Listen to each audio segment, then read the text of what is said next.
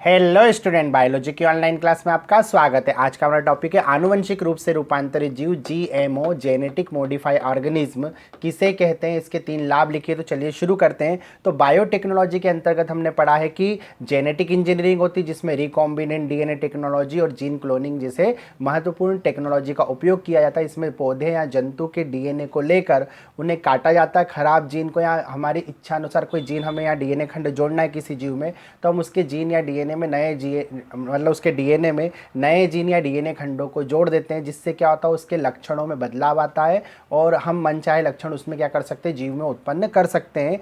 तो अगर हम ऐसी प्रोसेस करते हैं और इसके जरिए हमको क्या करते हैं, जो जीव मिलता है जिसमें हमने क्या करा है, किसी दूसरे जीव का जीन या डीएनए जोड़ दिया है, तो ऐसे जीवों को बोलते हैं ट्रांसजेनिक जीव। और जिसमें ट्रांसजेनिक जीव जो होते हैं उन्हीं को कहा जाता है जीएमओ, मतलब आनुवंशिक रूप से रूपांतरित जीव। तो ठीक है, तो एक बार इसको पढ़ लेते हैं। बायोटेक्नोलॉजी के उपयोग से पौधे एवं जंतुओं में अन्य जीवों के जीन या डीएनए खंड का समावेश करके ट्रांसजेनिक जीव बनाए जाते हैं। ठीक है, अर्थात ट्रांसजेनिक जीव ऐसे जीव होते हैं जिसमें अन्य जीवों के जीन या डीएनए खंड पाए जाते हैं। ऐसे जीवों को आनुवंशिक रूप से रूपांतरित जीव कहते हैं, मतलब जेनेटिक मॉडिफाई ऑर्गेनिज्म कहते हैं।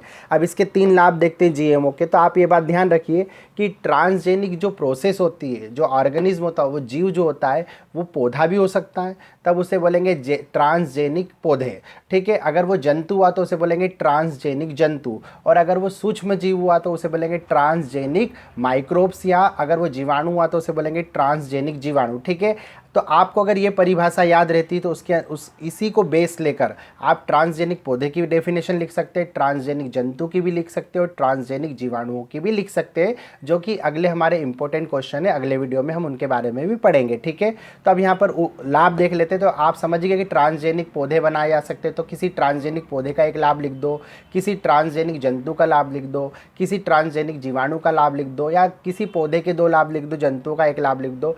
तो आप क्या कर सकते हैं, उन जो आप ट्रांसजेनिक पौधे, जंतु और जीवाणु पढ़ेंगे उनके जो लाभ पढ़े वही आप जीएमओ के लाभ में लिख सकते हैं। तो हमने यहाँ पर क्या करा, एक एक उदाहरण एक पौधे से ले लिया, एक जंतु से ले लिया और एक जीवाणु से ले लिया।